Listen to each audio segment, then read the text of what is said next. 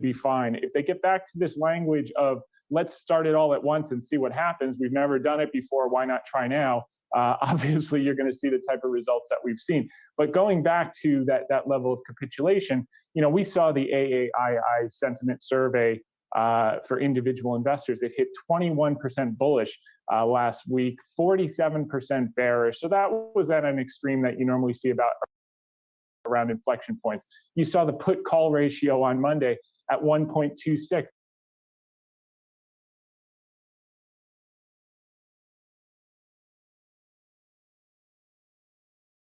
Everyone was buying home insurance when the house was already on fire. You want to buy that insurance well before the fire starts. So that was a sign of inflection and capitulation. And the VIX got up to 38. I think now it's down below 28 just 2 days later. So I think we're through the worst, provided the press conference goes smoothly. They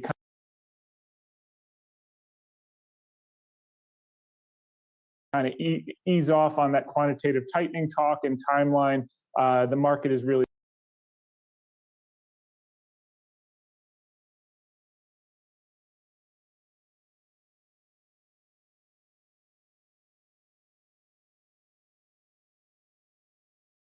said here. Earnings have generally been positive. We need to see a continuation of positive tech earnings in particular because that group has been hit the hardest, down 18% intraday as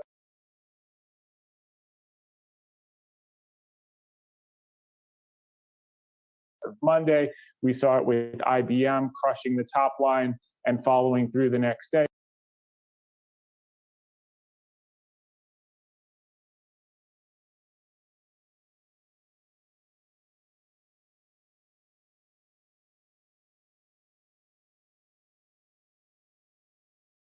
We saw it with Microsoft, Azure, and cloud up 46% year on year.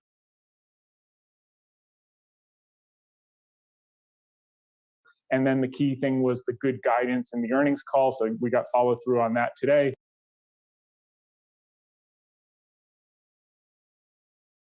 And we're seeing the whole group follow through on the back of that news. And then we have Apple.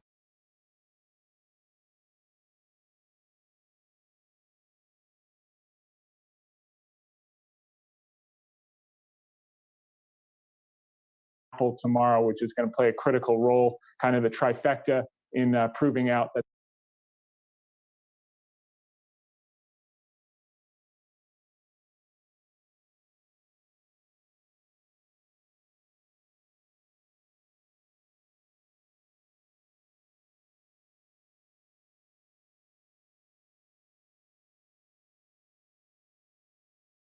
the earnings power is still there.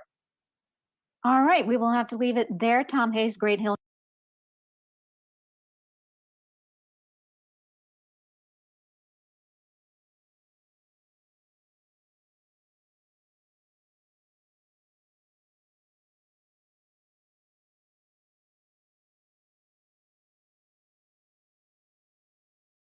Capital Chairman and Managing Director, thank you for that insight. Want to check in now on how market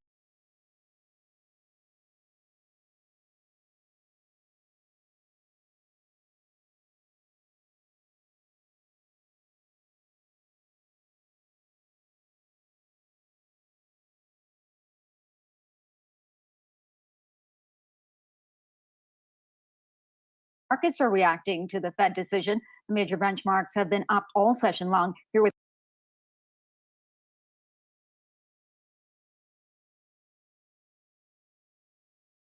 more on the market moves is Jared Blickery. Jared, what are you seeing? Well, we had a spike up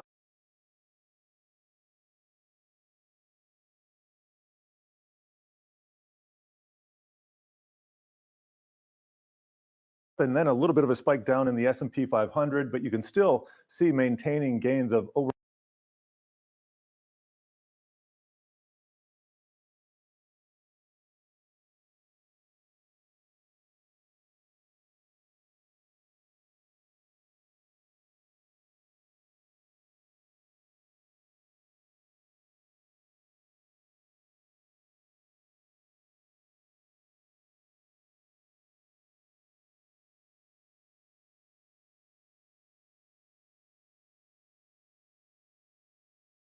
1%. So here's what happened. We got to new session highs on the announcement, and now we're selling off.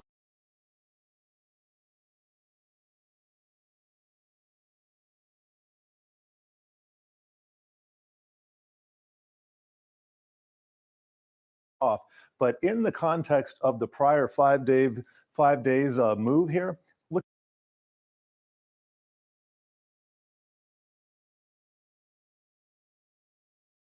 at that range. This is a drop in the bucket basis what we've been seeing lately. So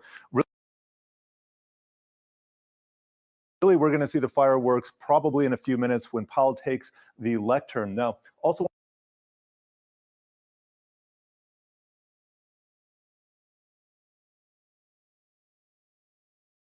want to check out the NASDAQ 100. That got an even bigger jolt on the announcement. You can see it's given back those FOMC gains as well, but I think we're going to see some movement when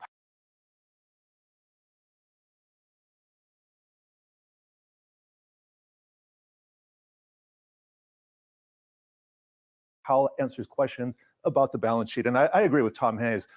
It's really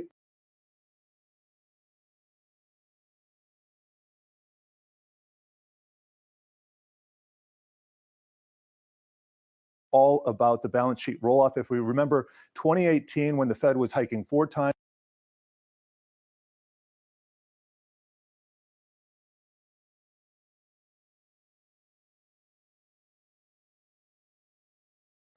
it was when Powell finally said the QT program is on autopilot. That was a quote.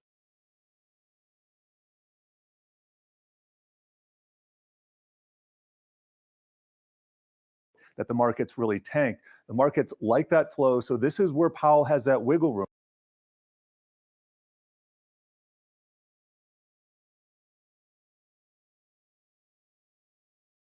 He doesn't have to commit to anything today. I think this is his game to lose. So let's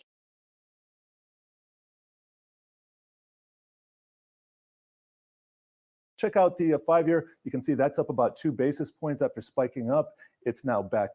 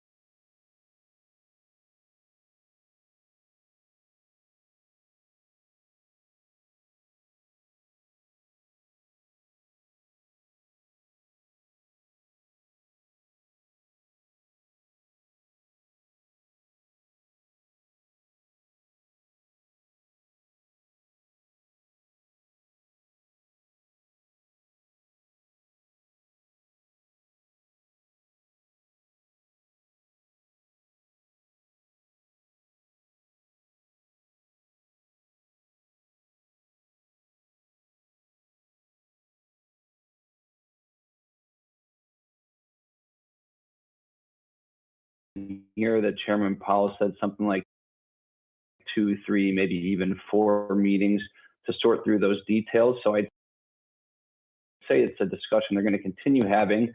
I think it's going to have a big impact on the market, and that's definitely something that I'm focused on at the press conference. I'm sure he'll get a question on it. I'd imagine he'll try to be as vague as possible, but any indication of how he's leaning with respect to policy, they made it clear they're going to be more aggressive this time around than they were last time, but the economy is in a much different place. So that makes sense from our standpoint, and we look for them to announce the runoff in September, having it begin in October of this year. Jeanette,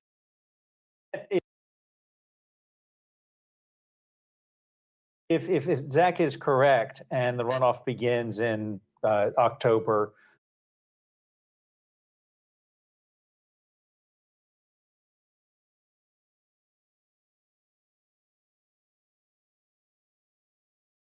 of this year, will that add volatility as we get toward the end of the year, or would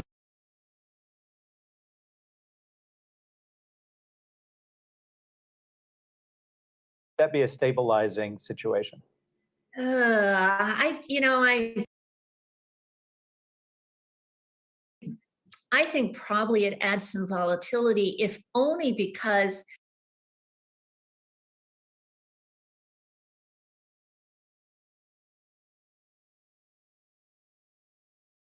nobody is really sure how that is going to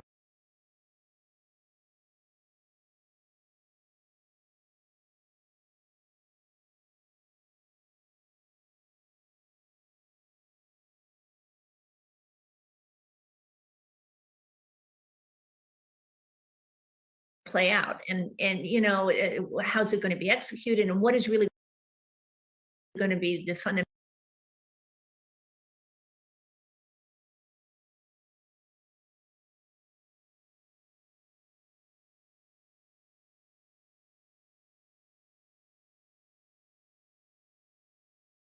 impact on the economy. This is all sort of new stuff, and I think that's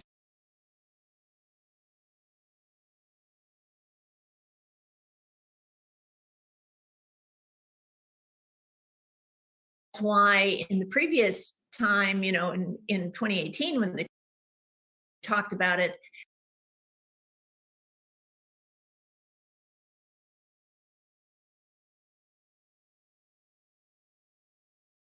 the reaction was, we don't really know, so we're going to assume the worst.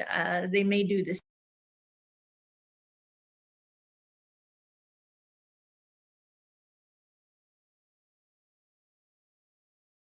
same thing at that point. Zach, I want to ask you,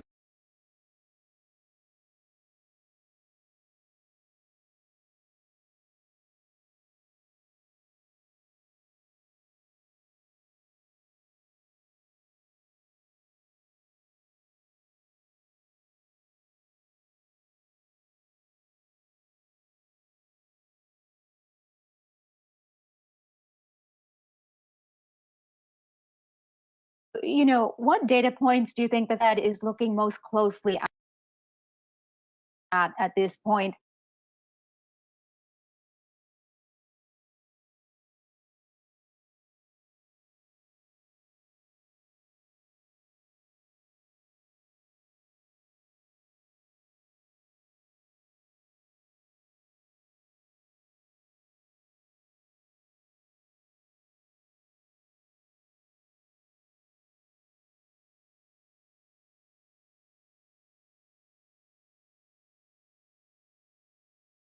And then what did they say about labor conditions?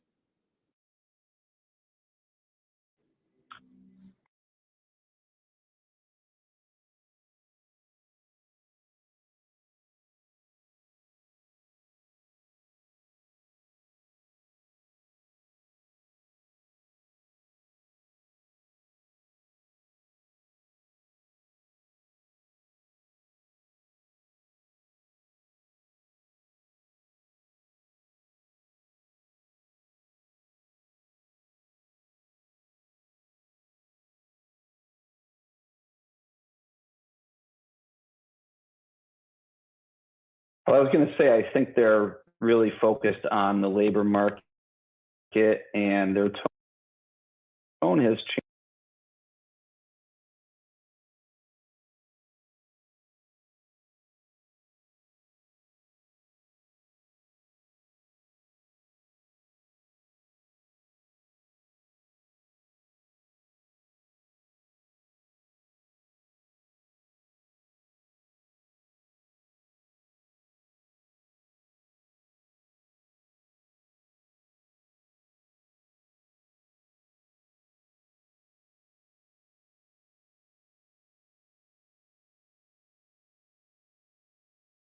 Quite a bit lately, indicating that we're much closer to maximum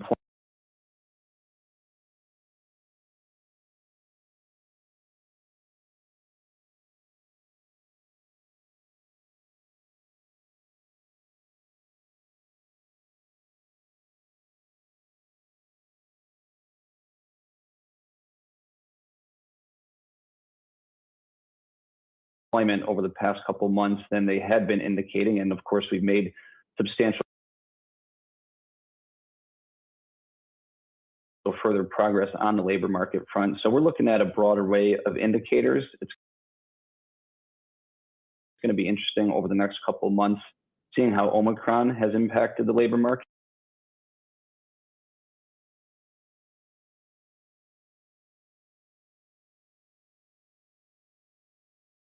We think that whatever impact we see in the data near term is going to be just that,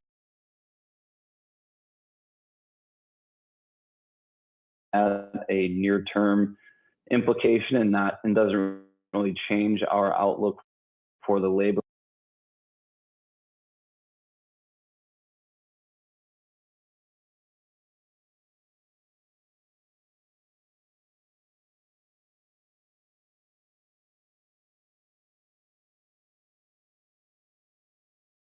market. You have an unemployment rate below 4%, and you have signals everywhere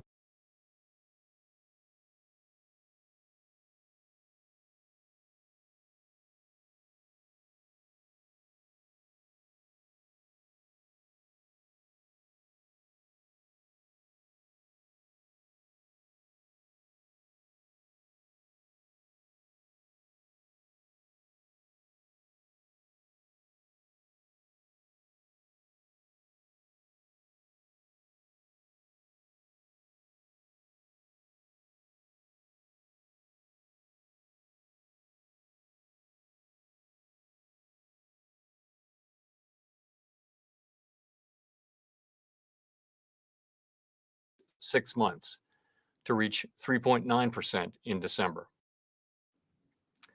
The improvements in labor market conditions have been widespread, including for workers at the lower end of the wage distribution, as well as for African Americans and Hispanics. Labor demand remains historically strong. With constraints on labor supply, employers are having difficulties filling job openings, and wages are rising at their fastest pace in many years. While labor force participation has edged up, it remains subdued, in part reflecting the aging of the population and retirements. In addition, some who would otherwise be seeking work report that they are out of the labor force because of factors related to the pandemic, including caregiving needs and ongoing concerns about the virus. The current wave of the virus may well prolong these effects. Over time, there are good reasons to expect some further improvements in participation and employment. Inflation remains well above our longer-run goal of 2%. Supply and demand imbalances related to the pandemic and the reopening of the economy have continued to contribute to elevated levels of inflation.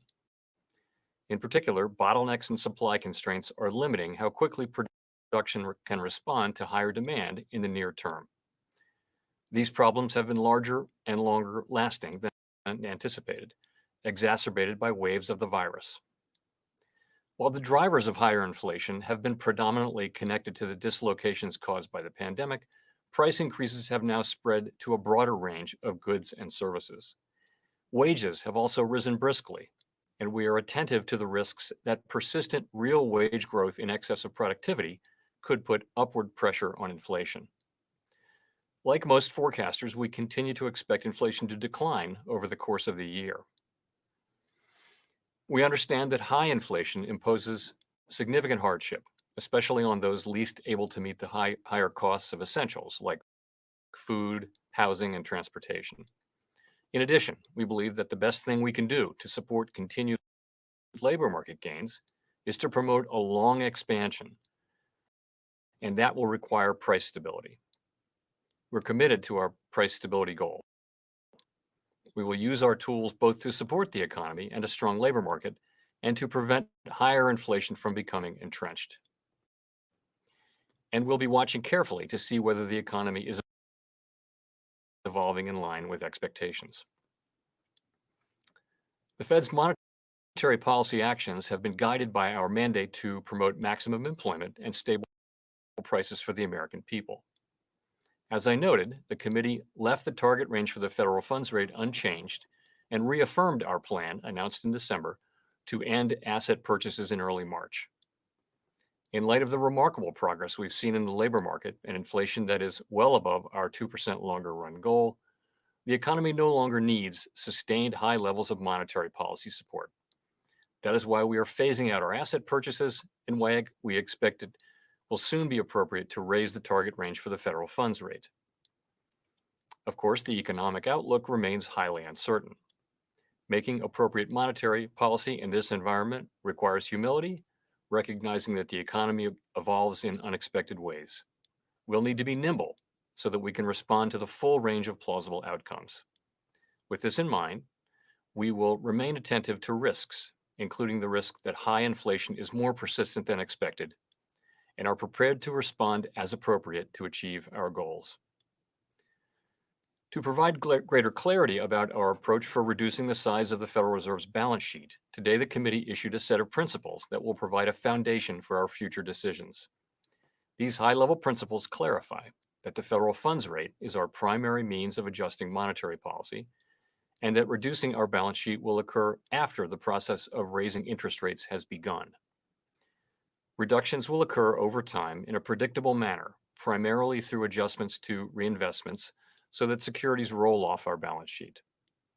Over time, we intend to hold securities in the amounts needed for our ample reserves operating framework. And in the longer run, we envision holding primarily Treasury securities. Our decisions to reduce our balance sheet will be guided by our maximum employment and price stability goals. In that regard, we will be prepared to adjust any of the details of our approach to balance sheet management in light of economic and financial developments.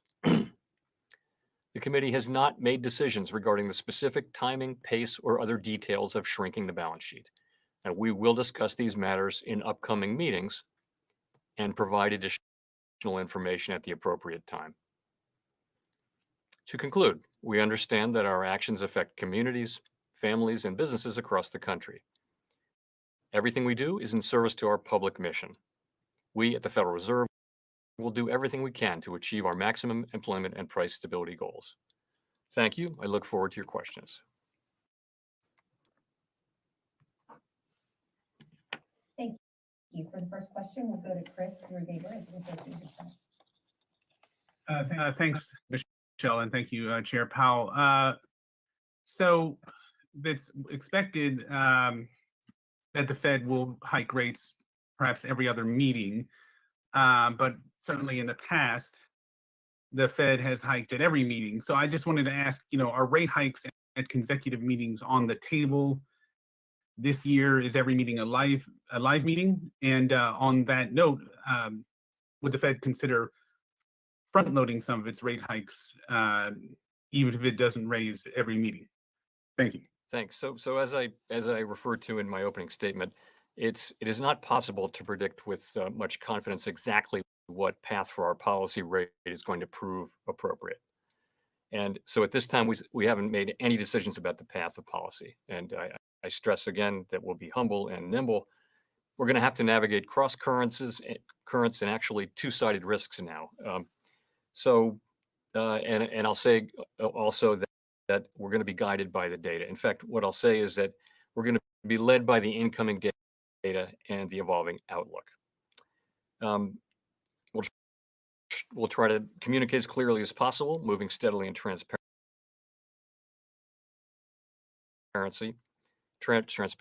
So, more to your question, we know that the economy is in a very different place than it was when we began raising rates in 2015. Specifically, the economy is now much stronger. The labor market is far stronger. Inflation is running well above our 2% target, much higher than it was at that time. And these differences are likely to have important implications for the appropriate pace of policy adjustments. Beyond that, we haven't made any decisions. Thank you. Let's go to Victoria Guida at Politico. Hi, Chair Powell. I wanted to ask, you were talking about the health of the labor market, and I'm curious whether you would characterize where we're at right now as maximum employment, and also along those same lines, obviously rate hikes on the table this year. Do you think that the Fed can raise rates, bring inflation under control without hurting jobs and wages? Sorry, just getting both parts of your question written down. So I would say, and this view is widely held on the committee, that both sides of the mandate are calling for us to move steadily away from the very highly accommodative policies we put in place during the challenging economic conditions that the economy faced earlier in the pandemic. And I would say that most FOMC participants agree that labor market conditions are consistent with maximum employment in the sense of the highest level of employment that is consistent with price stability. And that is my personal view. And again, very broad support on the committee for the judgment that it will soon be appropriate to raise the target range for the federal funds rate. The other thing is maximum employment will evolve over time and through the course of the business cycle. In the particular situation we're in now, it may well increase the level of maximum of employment that's consistent with stable prices may increase, and we hope that it will as more people come back into the labor market as participation gradually rises. And the policy path that we're broadly contemplating would be supportive of that outcome as well. So the thing about the labor market right now is that there are many millions of more job openings than there are unemployed people. So you ask whether we can raise rates and move to less accommodative and even tight financial conditions without hurting the labor market. I think there's quite a bit of room to raise interest rates without threatening the labor market. This is, by so many measures, a historically tight labor market. Record levels of job openings, of quits. Wages are moving up at the highest pace they have in decades. If you look at surveys of workers, they find jobs plentiful. Look at surveys of companies, they find workers scarce. And all of those readings are at levels really that we haven't seen in a long time, and in some cases ever. So this is a very, very strong labor market. And my strong sense is that we can move rates up without having to severely undermine it. I also would point out that there are other forces at work this year which should also help bring down inflation. We hope, including improvement on the supply side, which will ultimately come.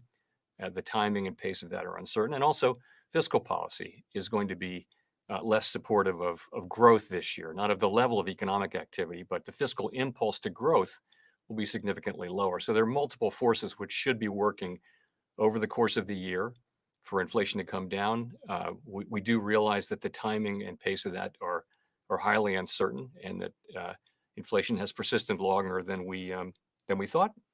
And of course, we're prepared to use our tools to assure that higher inflation does not become entrenched.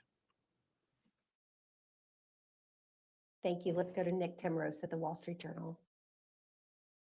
Good afternoon, Chair Powell. Nick Timrose at the Wall Street Journal. I have a couple of questions on the balance sheet. The statement on the balance sheet today calls for significantly reducing your holdings. What does that mean? And then, apart from moving sooner and faster to shrink the holdings, are there any other ways in which you and your colleagues are seriously thinking about recalibrating this process And finally, how much disagreement is there around how you should use this tool, including active sales rather than passive sales, or changes in the composition of reinvestments? Thank you. So I'm afraid to tell you that those are all great questions, and they're questions that the committee is just turning to now. So we had a discussion, as you know, at the last meeting, an introductory discussion of the balance sheet and a teeing up of the issues. At this meeting, we've gone through and carefully put together a set of principles at a high level, and those are meant to guide the actual decisions we'll make about the pace and about all of the questions that you're asking. And I expect that this process will be something that we spend time on in coming meetings. I can't tell you how many, I can't tell you how long it will take, but, and then, you know, at the appropriate time, we'll provide additional information. So the last cycle when we went through balance sheet issues, we did find that over the course of 2 or 3 meetings, for example, we did come to interesting and better answers, we thought. So we're just in that process now, and at the next meeting, we'll be turning to, you know, more of the details that you're asking about. I would say this: the balance sheet is much bigger. It has a shorter duration than the last time, and the economy is much stronger, and inflation is much higher. So, and I think that leads you to, and I've said this, being willing to move sooner than we did in the last time, and also perhaps faster. But beyond that, it's really not appropriate for me to speculate exactly what that would be. But I would point you to principle number 1, which is the committee views changes in the target rate for the federal funds rate as its primary means of adjusting the stance of monetary policy. So we do want the federal funds rate. We want to operationalize that, and we want the balance sheet to be declining in a predictable manner, and we want it to be declining primarily by adjusting reinvestments. So if I could follow on that, raising rates and reducing the balance sheet both restrain the economy, both tighten monetary policy. How should we think about the relationship between the two? For example, how much passive runoff is equal to every 1/4 percentage point increase in your benchmark rate? So again, we think of the balance sheet as moving in a predictable manner, sort of in the background, and that the active tool meeting to meeting is not both of them, it's the federal funds rate. There are rules of thumbs. I'm reluctant to land on one of them that equate this, and there's also an element of uncertainty around the balance sheet. I think we have a much better sense, frankly, of how rate increases affect financial conditions and hence economic conditions. Balance sheet is still a relatively new thing for the markets and for us, so we're less certain about that. So again, I think the pattern we'll follow is to arrive at a timing and a pace and composition and all those things, and then announce that with advance notice, and it will start in the background, and then we'll look to have that just running in the background and have the interest rates again be the active tool of monetary policy. That's at least the plan. I can't tell you much more about any of the very good issues about size, pace, composition, those sorts of things. We'll be turning to all of those at coming meetings. Thank you. Thanks. Now we'll go to Neil Irwin. Thank you, Chair Powell. It's Neil Irwin from Axios. Glad to be back. Sir, I was wondering if the volatility we've seen in financial markets in the last few weeks strikes you as anything alarming or that might affect the trajectory of policy. Conversely, to the degree that financial conditions have tightened some, might that be desirable in some ways in achieving your tightening goals? So, as you know, the ultimate focus that we have is on the real economy, maximum employment and price stability, and financial conditions matter to the extent that they have implications for achieving the dual mandate. And you also know that we look at broader financial conditions, not one or two things, one or two markets. And what we're always asking ourselves is, are we seeing changes that are both persistent and material enough that of a change in financial conditions that they are inconsistent with the achievement of our goals? So that's how we're looking at that. And I don't want to comment on today's financial conditions broadly, but we're not looking at any one market or so. So that's how we're thinking. In terms of what we've seen, I would say this: we said At our last meeting, we published a summary of economic projections, the median participant expected 3 rate increases this year. And, it's 6 weeks, 7 weeks later now. And you have seen that our communication channel with the markets is working. Markets are now pricing in number of rate increases. Surveys show that market participants are expecting a balance sheet runoff to begin, at the appropriate time, sometime later this year, perhaps. We haven't made that decision yet. So we feel like the communications we have with market participants and with the general public are working, and that financial conditions are reflecting in advance the decisions that we make. And monetary policy works significantly through expectations. So that in and of itself is appropriate. Thank you. Let's go to Howard Schneider. For a year or hi, thanks, Chair Powell. Howard Schneider with Reuters. So for a year now, the statements reference the benchmarks for this initial interest rate increase. Now that we're approaching that moment, what are the benchmarks going to be for subsequent rate increases? I know you can't stipulate the path, but how should we think about the criteria for the next step and the next step? Well, you're right. We haven't gotten to that point yet. We haven't made a decision yet, and we'll make that decision at the March meeting. We'll make a decision whether to raise the federal funds rate. I would say that the committee is of a mind to raise the federal funds rate at the March meeting, assuming that conditions are appropriate for doing so. We have our eyes on the risks, particularly around the world, but we do expect some softening in the economy from Omicron, but we think that should be temporary, and we think that the underlying strength of the economy should show through fairly quickly after that. If I could follow, just on a related question, the December SEPs had this copacetic sort of set of circumstances where inflation comes down without the federal funds rate ever getting over the estimate of neutral. Given developments since then, do you still think that's a credible narrative for the ultimate path of policy?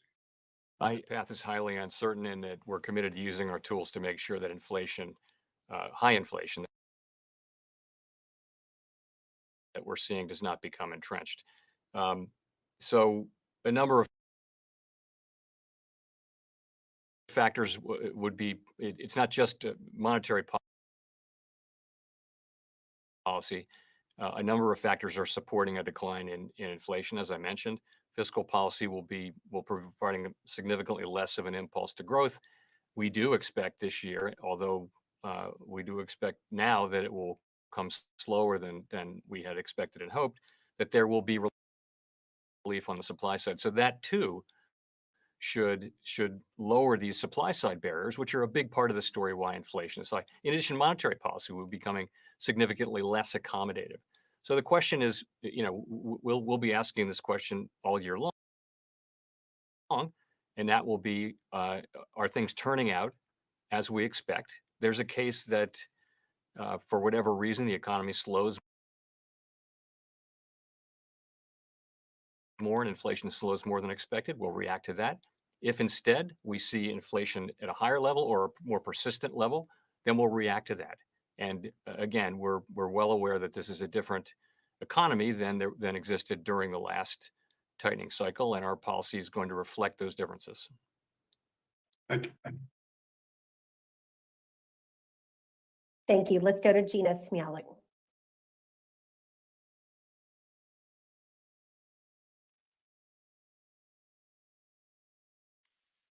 Let's go to Gina.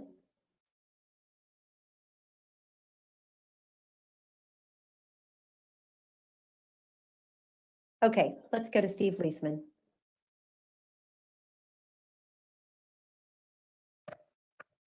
Thank you, Mr. Clinton. Thank you, Mr. Chairman. Mr. Chairman, I have one sort of technical question and one question on principle. The technical question is, if you're going to discuss balance sheet at next upcoming meetings and you won't begin balance sheet reduction until after you begin rate hikes, it seems to technically mean that you won't or can't begin balance sheet reduction until the summer. Is that correct? That's the first thing. Second of all, you suggested that the with balance sheet running in the background, that you would possibly be raising rates and running off the balance sheet at the same time. That's sort of the technical question part of it. The principal question I have is, you said it's going to be running in the background, but the statement on balance sheet principles says the committee is prepared to adjust any of the details of its approach based on economic and financial developments, which suggests there's something of a reaction function associated to the balance sheet, and it won't be running in the background. So could you give us any a sense of the discussion or staff presentation on what is the reaction function surrounding the balance sheet? Thanks. So let me start by talking about that last paragraph. So you'll remember during the last cycle that this process of building up and then shrinking the balance sheet is a complicated one, and it involves inevitably surprises. And so during the prior cycle, we amended our balance sheet principles a number of times. Now, we didn't intend to do that. Events required us to do so. So we got a pretty robust paragraph there that says we're free to do this at any time. And it doesn't mean we're going to, but if the situation turns out to be different than we had thought, we're not going to stick with something that isn't working. That's all that's saying. It's meant to be quite a general statement rather than a hint. So, I mean, I like to think that our philosophy of the balance sheet is embodied in these principles. So, the idea that, for example, the federal funds rate is the primary means of adjusting the stance of policy that will determine the timing and pace of reducing the size of the balance sheet to foster the dual mandate, that will begin to reduce the size after we begin the process of raising rates, and on like that. I mean, those are all the things that try to describe how we will proceed. But it may be at a higher level to try to get at your question.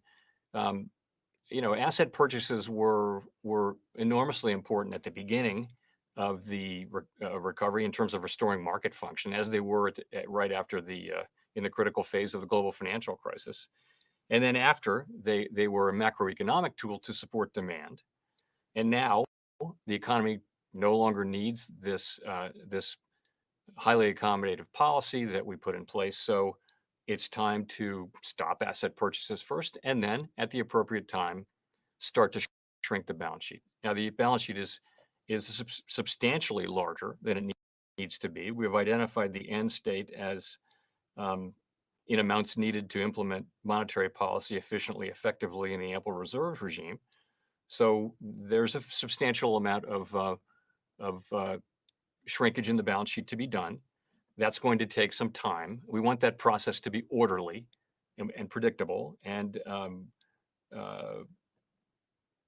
so those are some of the ways I would think this lays out our, the way we're thinking about this. In terms of the timing, I can't really help you. It just says after we get underway.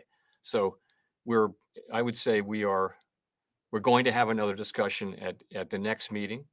And my guess is we'll have at least one other discussion at the meeting after that.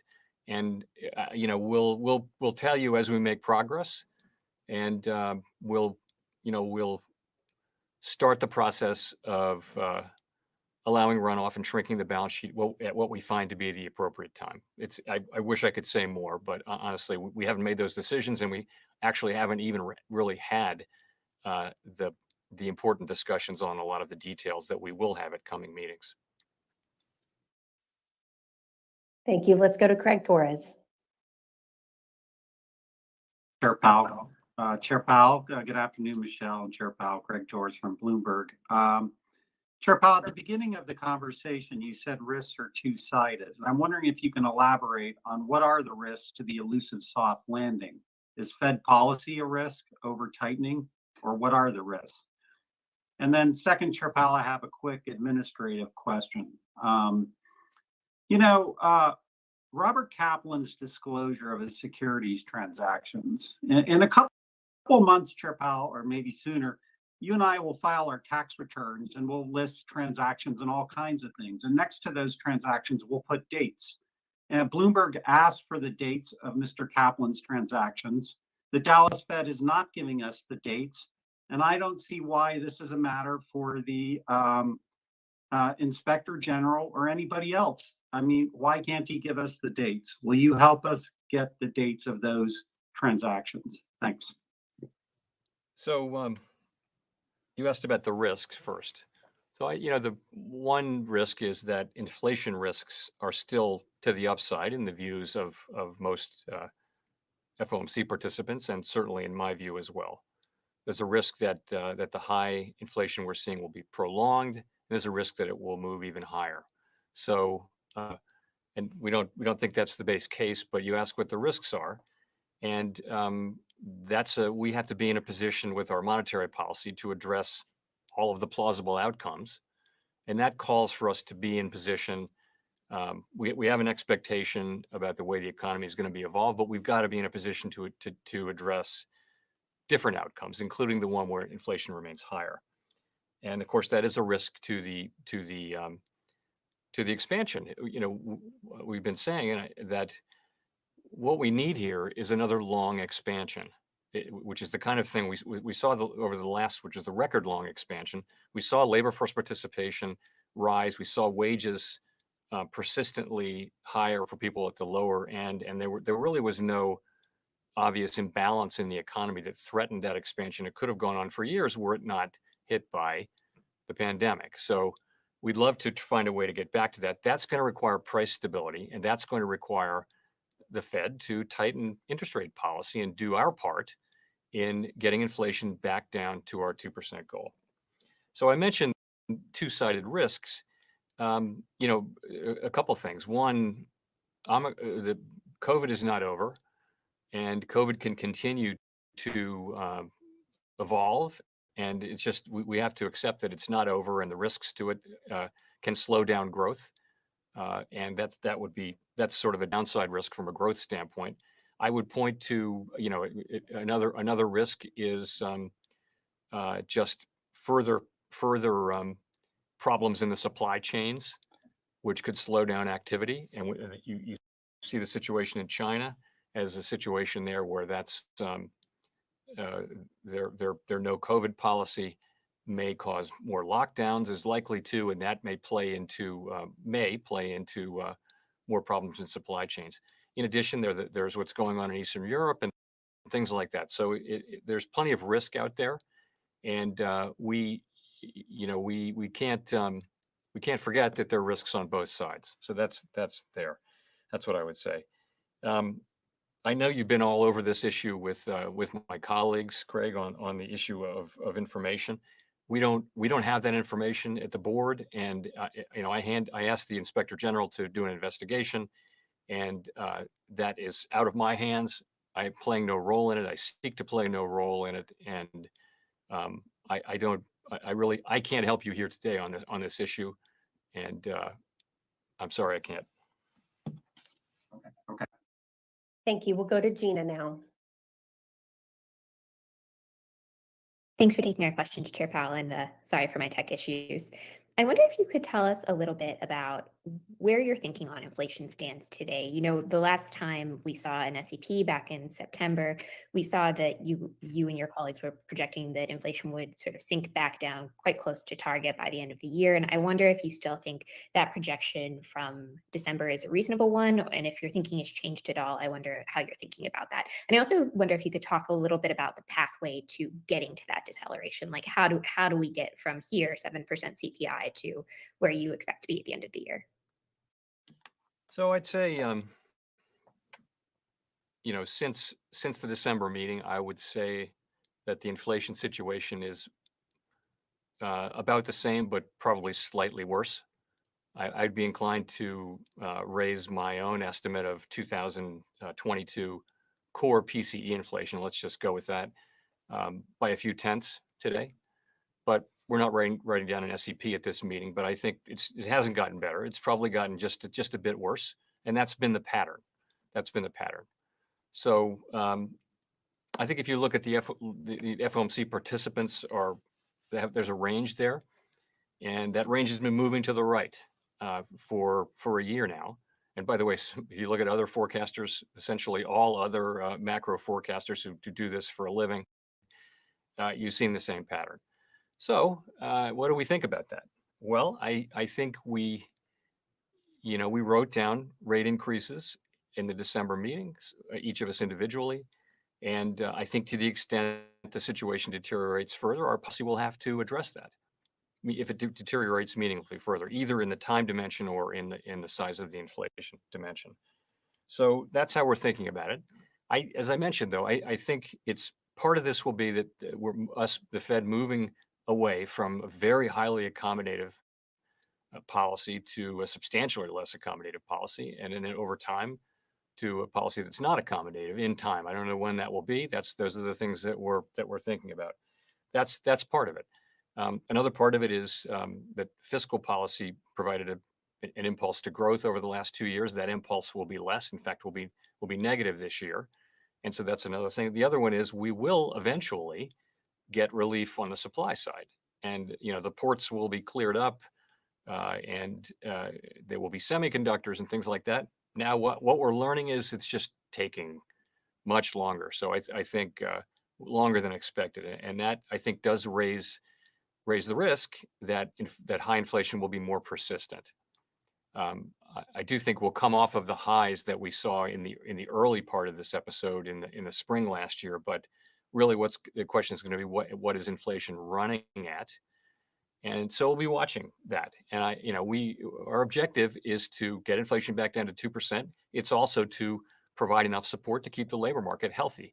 The labor market is very, very strong right now. And I think that strength will continue.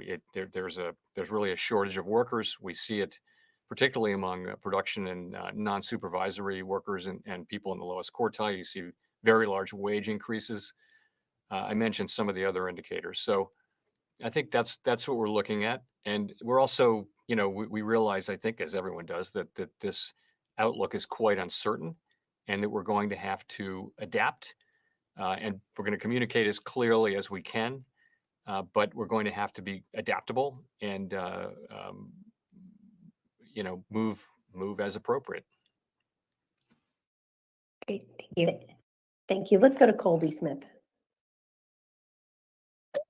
Thank you, Michelle. Chair Powell, when you talk about being humble and nimble about the path forward for monetary policy, does that also include the possibility of raising interest rates by larger increments and, say, doing a 50 basis points hike at some point if inflation does not moderate sufficiently? And should we interpret this approach as a departure from the gradual pace that we saw during the last hiking cycle? So, as I mentioned, we have not made these decisions. We really haven't. And what I can tell you now, though, is that we fully appreciate that this is a different situation. If you look back to where we were in 2015, 16, 17, 18, when we were raising rates, inflation was very close to 2%, even below 2%. Unemployment was not at our estimates of the natural rate, and growth was in the 2 to 3% range.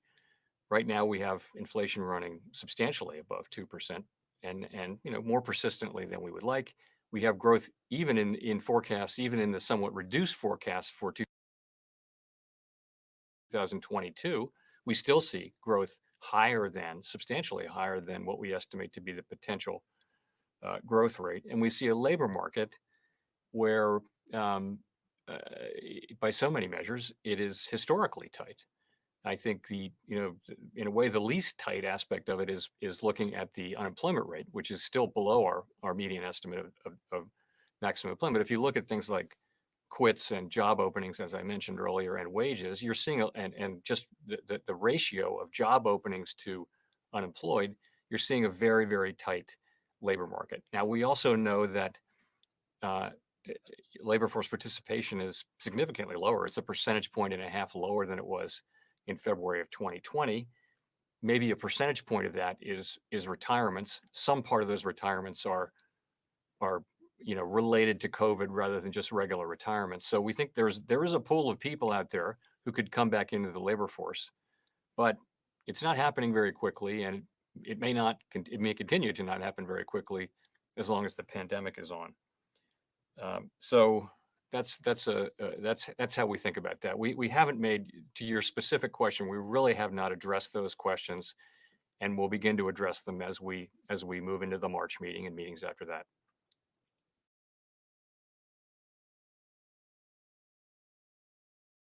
Let's go to Rachel.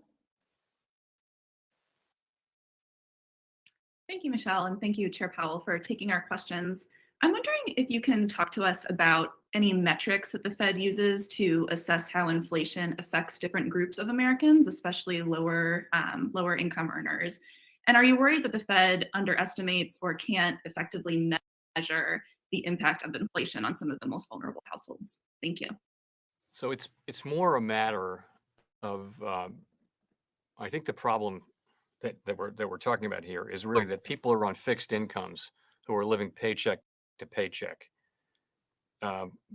They're spending most or all of their of what they're earning on food, gasoline, rent, heating, things like that, basic necessities.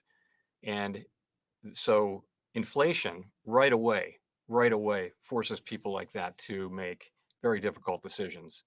So that's really the point. I'm not aware of inflation literally falling more on different socioeconomic groups. That's not the point. The point is some people are just really in prone to suffer more. I mean, for people who are economically well off, inflation isn't good. It's bad. High inflation is bad, but they're going to be able to continue to eat and keep their homes and drive their cars and things like that. It's more so that's really how I think of it. And we have to control inflation for the benefit of all Americans, but part of it is just that it's particularly hard on people with fixed incomes and low incomes who spend most of their income on necessities, which are experiencing high inflation now. Thank you. Let's go to Edward Lawrence. Thanks, Michelle, and thank you, Mr. Chairman, for taking the question here. So year over year, inflation's at a 40-year high. The input costs for producer price index for all of 2021 was the highest on record. Some investors fear that the Fed might be moving too late. Now, you said no decisions were made on the path of rate hikes, but was a rate hike more than 25 basis points discussed today? And as a follow to that, because I have problems with the mute button, as a follow to that, you testified that the supply chain issues could be worked out by the end of the year. You talked about that today. The CEO of Ford, though, told Fox Business today that the chip shortage will last into 2023. So today you said inflation will start to ease this year. I want to drill down and get a timeline that you see as to when we could see that relief. Thank you. So I would not say that I would expect the supply chain issues to be completely worked out by the end of this year. I do not expect them, and I have not expected them. What I would say, and I have been saying, is that I expect progress to be made in the second half of this year, mainly progress, because we're not making much progress. If you look at a ton of metrics, you can find some that suggest that delivery times are shorter and inventories in some industries moving up, but overall, we're not making progress. And things like the semiconductor issue they're going to be quite a long time. I would think they'll go more than through 2023. In terms of being too late, I would just say this: our policy needs to be positioned to address the full range of plausible outcomes, as I said, and particularly the possibility that inflation will continue to run higher more persistently than we'd expected. And we think we are positioned to make the changes in our policy to do that, and we're committed to doing that. And that's really where we are. In terms of your question about the size of rate increases, we haven't faced those decisions. We haven't made them. It isn't possible to sit down here today and tell you with any confidence what the precise path will be. But as we work our way through this meeting by meeting, we are aware that this is a very different expansion, as I've said a couple times, with higher inflation, higher growth, a much stronger economy.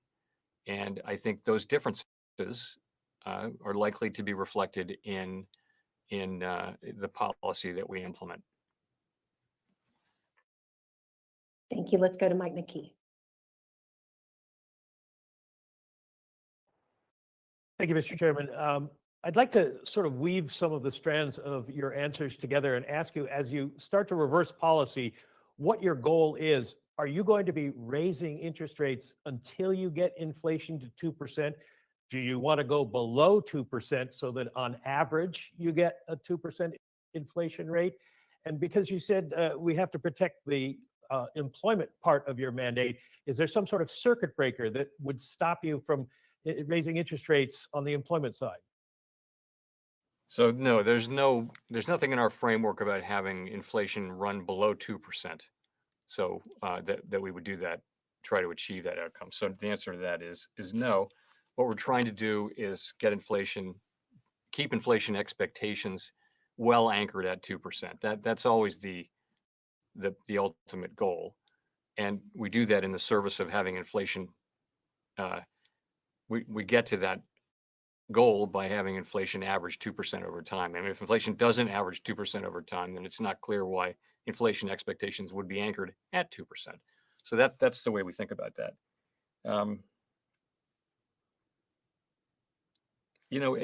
What was the last part of your question? I was asking if you're protecting the employment side of the mandate, whether there's some sort of circuit breaker there. Nothing like that. I mean, I would say you have a tremendously strong labor market, and you have growth this year at forecast to be well above potential. I mean, people are forecasting growth. If you think potential growth is around 2, most forecasts are significantly above that for 2022, and that's even with policy becoming substantially less accommodative. So the labor market's going to be strong for some time. We ideally, what we're trying to achieve is inflation getting back down to 2%, and we're trying to do that in a process that accomplishes that will also leave the labor market in a very strong position. And no one really knows what that will take. Again, I would say that it isn't just monetary policy that's helping inflation get down. It'll be supply side improvements, and it'll be less fiscal impulse in all likelihood. So, but monetary policy will do our job. It is our job to get inflation down to 2%, and a situation where the two goals can be in tension is a difficult one. But I don't really think they are here, though, because I think a really significant threat to further strengthening in the labor market in the form of higher participation over time is high inflation. And also high inflation is taking away the benefits of some of these large wage increases that we're seeing now. So we do hope to achieve, and our plan is to achieve both of those goals. If I could follow up, does the danger of tightening too much as policy works its way into the economy with a lag mean that you should go back to being more forecast dependent in making decisions rather than the state dependency you've been using as a framework for the last year and a half or so? State dependency was particularly around the thought that if we saw a very strong labor market, we would wait to see actual inflation before we tightened. And so that was a very state dependent thought, because for a long time we'd been tightening on the expectation of high inflation, which never appeared. And that was the case for a number of years. So in this particular situation, we will be clearly monitoring incoming data as well as the evolving outlook.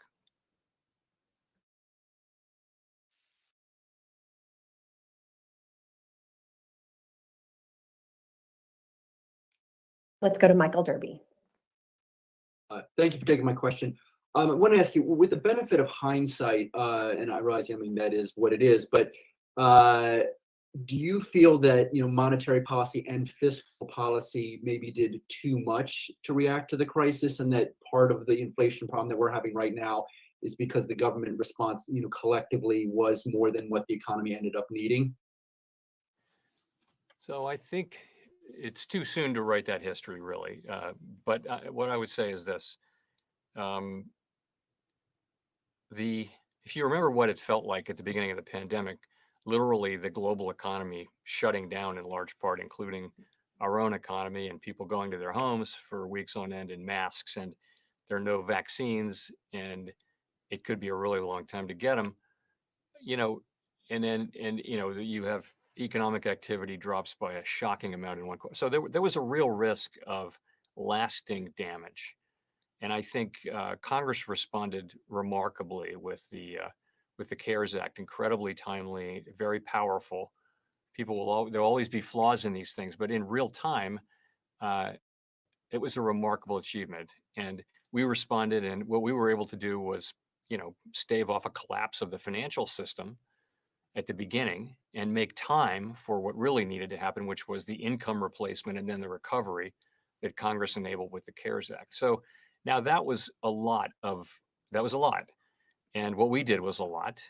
And, now, what we have now is we have the strongest recovery of any country. And we have a recovery that looks completely unlike other recoveries that we've had because we've put so much support behind the recovery. And we're managing the relatively high class problems that come with that, which are high inflation and a labor shortage. So, and these are serious problems, very serious problems that we're working as hard as we can on. Was it too much? Again, I'm going to leave that to the historians. But look, in 25 years, we'll look back at this incident, which will be a 2, 3, 4, 5-year period, and we'll say, we'll have a much better basis to make a judgment about the actions that people took.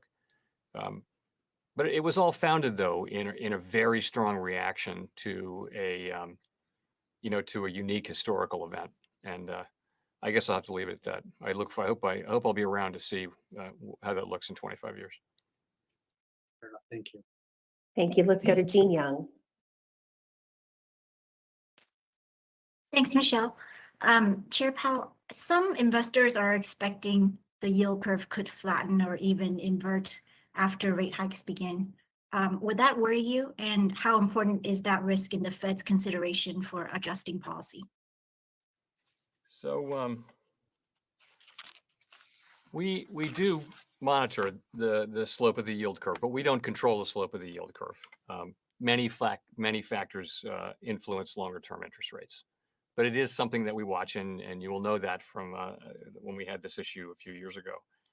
And we take it into account along with many other financial conditions as we try to assess the implications of all those conditions for the economic outlook. So that's one thing I would say. Another is currently you've got a slope, if you think about 2s to 10s, two-year Treasury to the 10-year Treasury, I think that's around 75 basis points. That's well within the range of a normal yield curve slope. So it's something we're monitoring. We don't think of it as, I don't think of it as some kind of an iron law, but we do look at it and try to understand the implications and what it's telling us. But it's one of many things that we monitor. Can I follow up real quick and ask if it did invert, would you tie it to U.S. fundamentals, or would it be driven by a much broader set of factors? That's a good question in real time. Obviously, U.S. long-term sovereign debt is an important global asset, and the fact that our rates are so much higher than other risk-free sovereign rates around the world may put something of a ceiling on our rates. I don't know, but it would really depend on the facts and circumstances at that time. Thank you. Let's go to Brian Chung for the last question. Hi, Chairman Powell. Brian Chung, Yahoo Finance. Within the context of just the broad effort to normalize rates, would you describe what you want to do as a gradual hiking? And then secondly, within the context of hiking cycles, it's often the talking point for financial stability and wanting to make sure that asset bubbles don't merge. Is that something that has also factored into the conversation as you start to think about hiking rates? Thanks. I would describe what we're doing along these lines. This is going to be a year in which we move steadily away from the very highly accommodative monetary policy that we put in place to deal with the economic effects of the pandemic. And that's going to involve a number of things. It's going to involve, and it does involve, finishing asset purchases. It's going to involve lifting off, and it's going to involve additional rate increases as appropriate. And we're going to write down in March our next assessment of what that might be. it's going to continue to evolve as the data evolve. We need to be quite adaptable, I think, in our understanding of this. The last thing we're going to do is we're going to have a couple more meetings, I think, to talk about allowing the balance sheet to begin to run off and do so in a predictable manner. And that's something that we will also be doing as appropriate. And I wouldn't, I don't think it's possible to say exactly how this is going to go. And we're going to need to be, as I've mentioned, nimble about this. And the economy is quite different this time. I've said this several times now. The economy is quite different. It's stronger. Inflation is higher. The labor market is much, much stronger than it was. And growth is above trend, even this year, let alone last year. So all of those things are going to go into our thinking as we make monetary policy. And you asked about financials to have concerns in connection with our policy.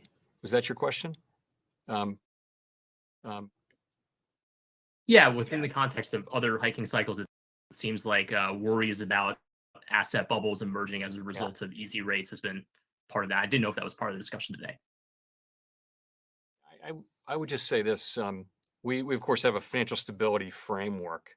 And what it shows is a number of positive aspects of financial stability. But you mentioned really asset prices is one of the four. So asset prices are somewhat elevated and they reflect a high risk appetite and that sort of thing. I don't really think asset prices themselves represent a significant threat to financial stability. And that's because households are in good shape financially than they have been. Businesses are in good shape financially. Defaults on business loans are low and that kind of thing. The banks are highly capitalized with high liquidity and quite resilient and strong. There are some concerns in the non-bank financial sector still around money market funds, although the SEC is has made some very positive proposals there. And we also saw some things in the Treasury market during the acute phase of the crisis, which we're looking at ways to address. But overall, the financial stability vulnerabilities are manageable. I would say. Thank you very much. Thank you.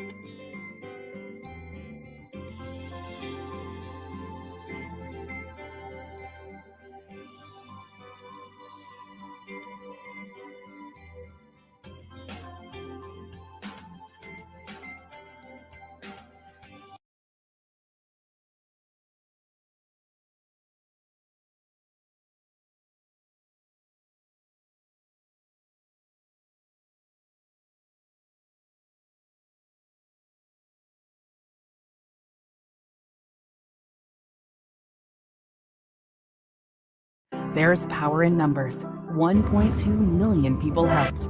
NewYorkDebtRelief.org.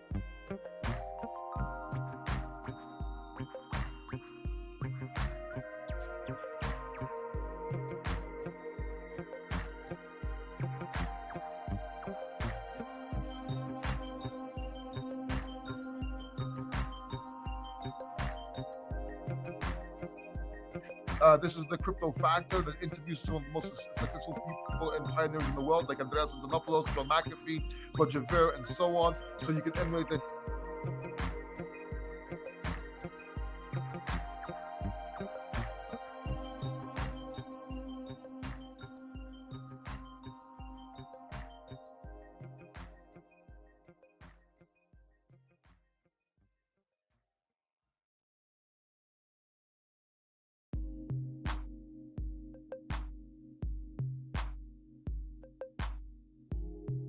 Success, but I'm not. I'm not. Okay, I am now. I just did, and I have.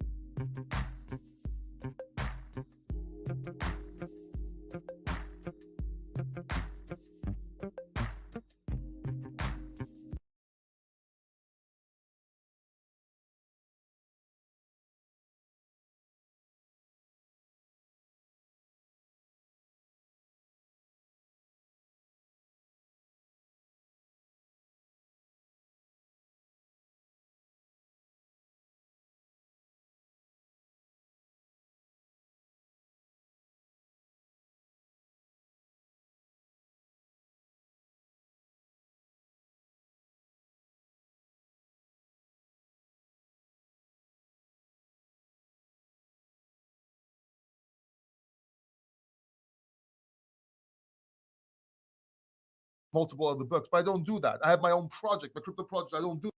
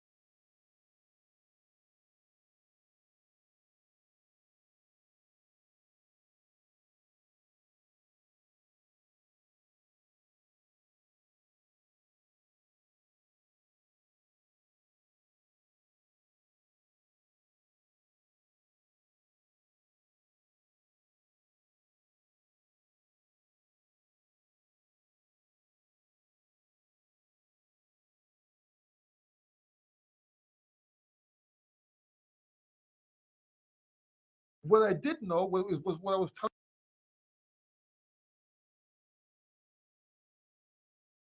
telling you all these last few months. right? Which played out. What I did know is whenever I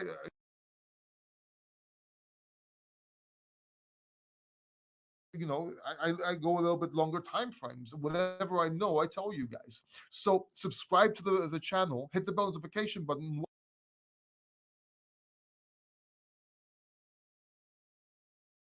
Watch my daily videos so you can have an idea of where we're going with this. David Corbett says, I believe the markets are going to go up. I hope so, man. We may have a small bounce here, but we'll soon bounce right up. I think we're going to go back to the 40K level, retest that. Yeah, definitely. I think we're going to at least to the 39, yeah? If it goes past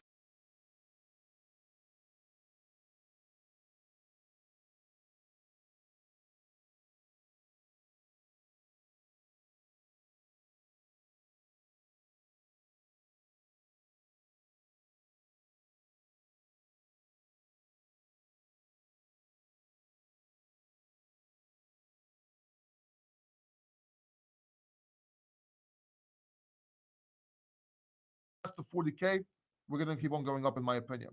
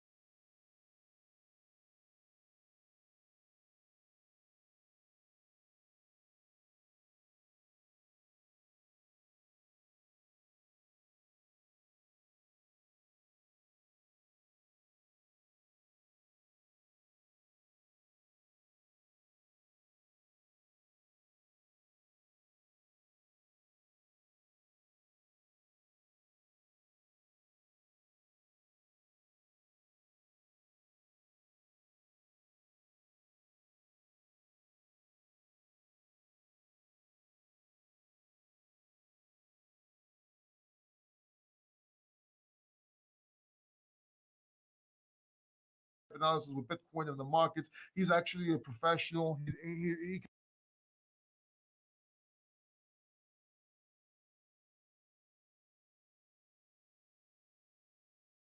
can do a deeper dive than I can do, and actually give different perspective, but also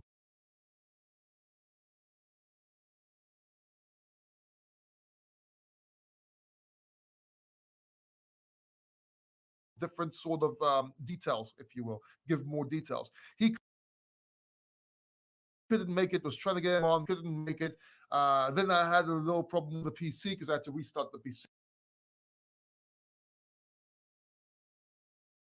and everything, and that's why we were late. But it happens. I'm sorry.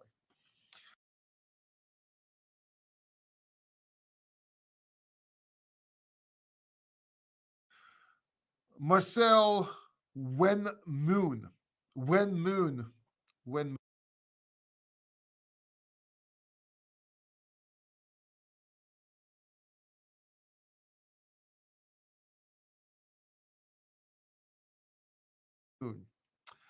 I ain't scared of any bear.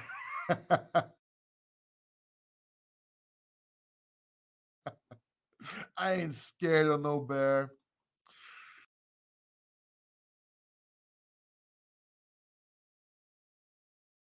Who okay, great looking forward, says Marcel.